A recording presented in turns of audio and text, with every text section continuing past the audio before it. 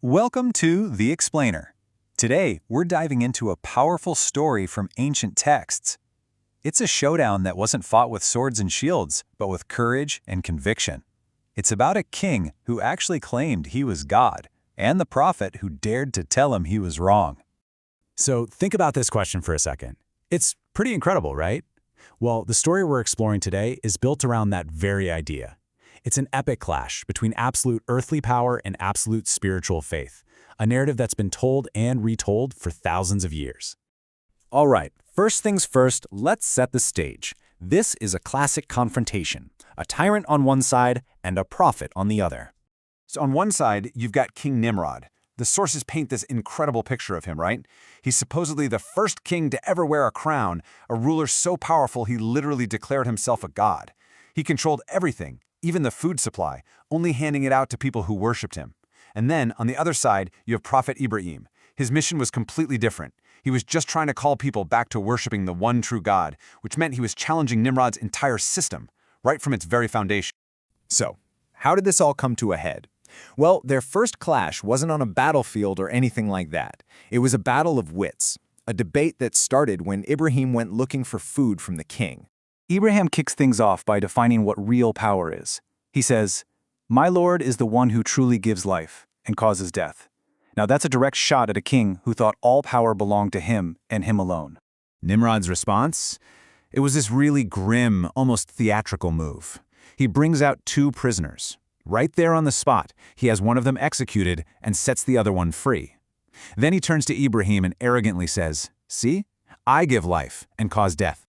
Okay, so this is where Ibrahim just completely flips the script. He sees right through Nimrod's cruel, simplistic little show. So he hits him back with a challenge that no earthly king could ever meet. He takes the conversation from the fate of two men to the order of the entire universe. And just like that, Nimrod was speechless, totally defeated by logic in his own court.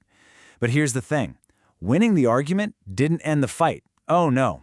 It just moved the battlefield from words to something much more dangerous. And that brings us to the next phase, the judgment of the idols. Ibrahim decides, you know what? I'm taking this fight directly to the source of their worship. So he picks his moment perfectly. He waits for a day when the entire city is off at some festival.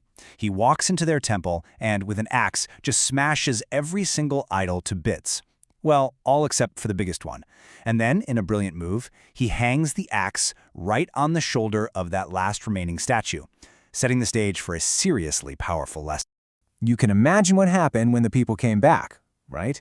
They see the destruction, they're furious, and they immediately blame Ibrahim. So they drag him to the temple and demand answers. And his reply is just pure genius. He points to that big idol with the axe on its shoulder and says, basically, "Don't ask me, he did it. Why don't you ask him if he can even talk?" I mean, his logic had them totally trapped. They had to admit, right then and there, that these stone statues they prayed to couldn't even speak. But that moment of shame, it didn't lead to some great awakening. Nope. Their humiliation just boiled over into pure rage, and they decided to get rid of the guy who made them look foolish. So they lost the debate. They were humiliated in their own temple. What's left? Brute force. Nimrod and his followers fall back on the only thing they have left, and their verdict is unanimous. Ibrahim has to be burned alive. And the scale of this thing, it was just immense. This wasn't just some quick execution. It was a massive, community-wide project. Sources say they spent a long time gathering firewood for a fire so enormous that nobody could even get close to it. In fact, it led to a brand new invention, the catapult, created for the single, terrifying purpose of launching Ibrahim into that inferno. And this was Ibrahim's response. As they're tying him up, placing him in this massive catapult, with this raging fire in front of him, a fire so big it was said that birds couldn't even fly over it. This was his prayer. Just a simple, complete statement of faith in his Lord. So, what happened next?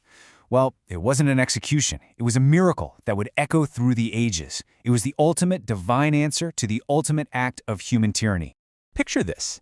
As Ibrahim is launched through the air, heading straight for the heart of that fire, a divine command goes out. A command not to Ibrahim, but to the fire itself.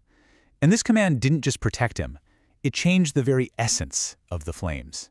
That raging inferno, meant to be his end, suddenly became a cool, safe, peaceful garden. Ibrahim lands, totally unharmed, surrounded by blooming flowers and a spring of fresh water. And up on a tower, Nimrod and all his followers just watch in complete and utter disbelief. Ibrahim actually stayed in that garden for several days, and he later said they were the best, most peaceful days of his entire life. So, as you can imagine, the impact of a miracle like that was immediate, and it was profound. It sent ripples through the whole community, through the natural world, and even through history itself.